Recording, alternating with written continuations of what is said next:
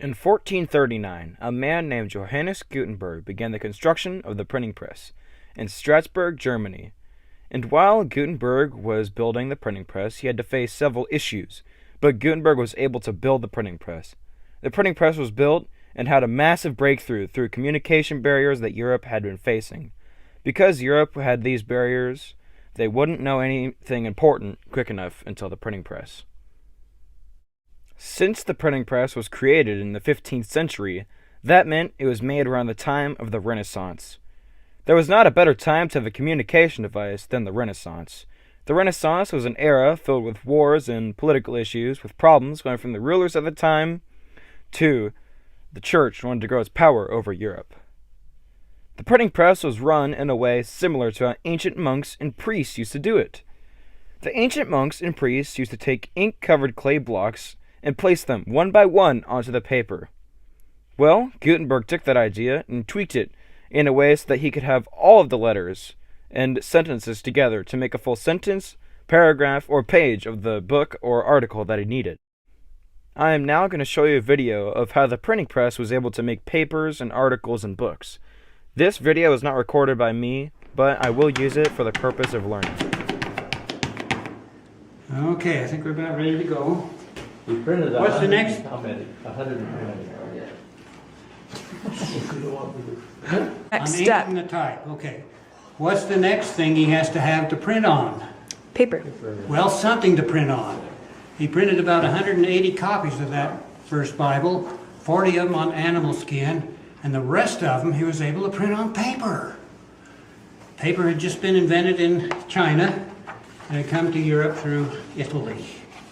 Now the paper was being made for the scribes, and so it was hard and slick, didn't work very well with Gutenberg's oil-based ink. So he had to soften the paper by dampening it. Now he knew that if he just laid a sheet on like this and rolled it under there, he couldn't make, and roll it into,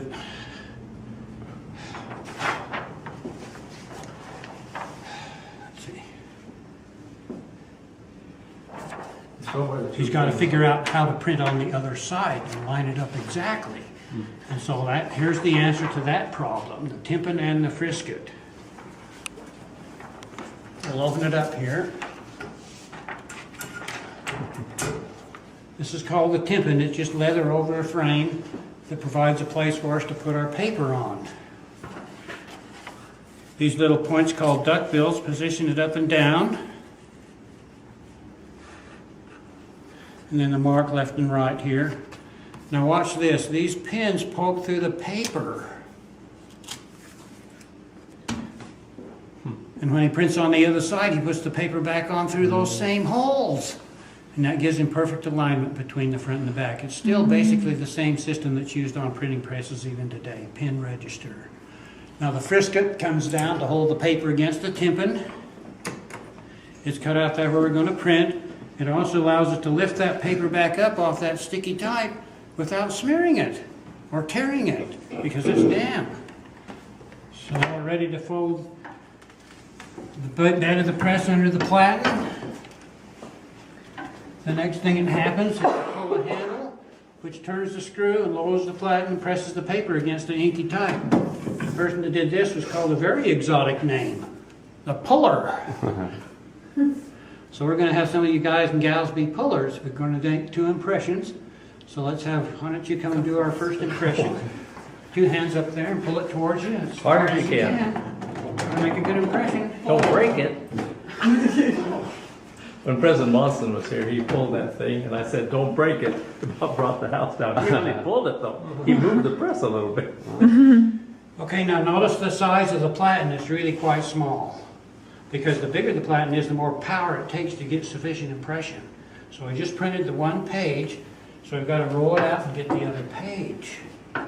Now we'd like to have some of the gals do it. How about... Go for it, Sabrina. I'll film for you. Take a picture. We're going to pause while we do it. Pull it as hard as you can. Okay, hard. come on. Don't Gotta make a good push. impression. Both on top. That's what Gutenberg did. Oh, that sounds pretty good. It's hard. Did it? Yeah, how'd you like to do that all day long? You'd have some arm muscles. All right, now we're going to roll it out. Now listen quiet, and then you can hear the frisket lift that paper This is called off that sticky the top. press kiss.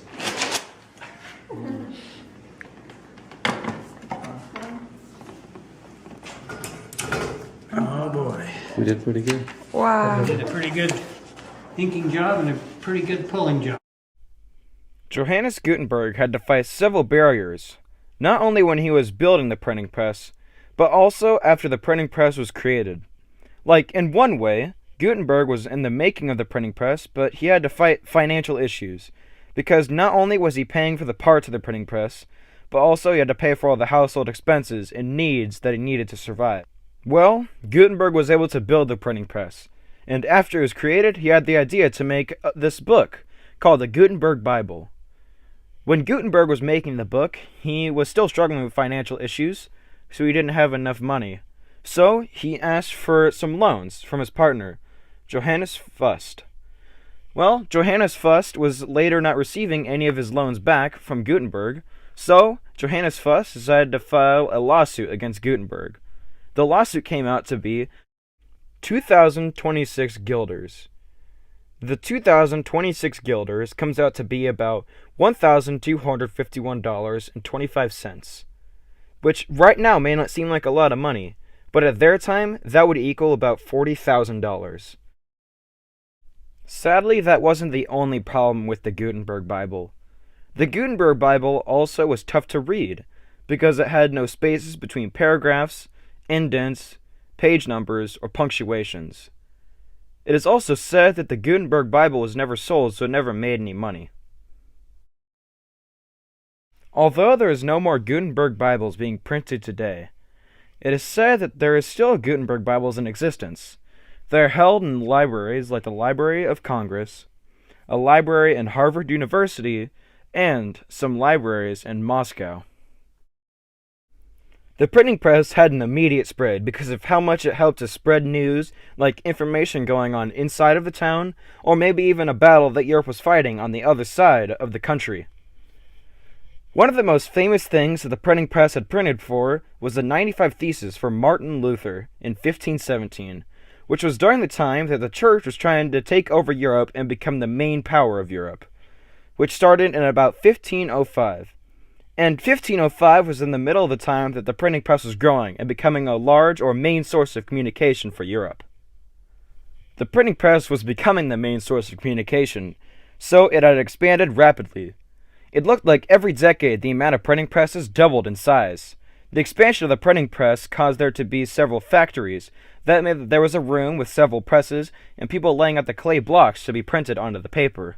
And because of that, obviously the papers had been printed at a larger rate. The printing press technology did get better over time, because if you see, from the Gutenberg Bible to even the 95 Theses, that there had become spaces between paragraphs, punctuations, indents, and other great things needed. The printing press was not only becoming the great source of communication for their time, but also an amazing next step into the communication that we have now.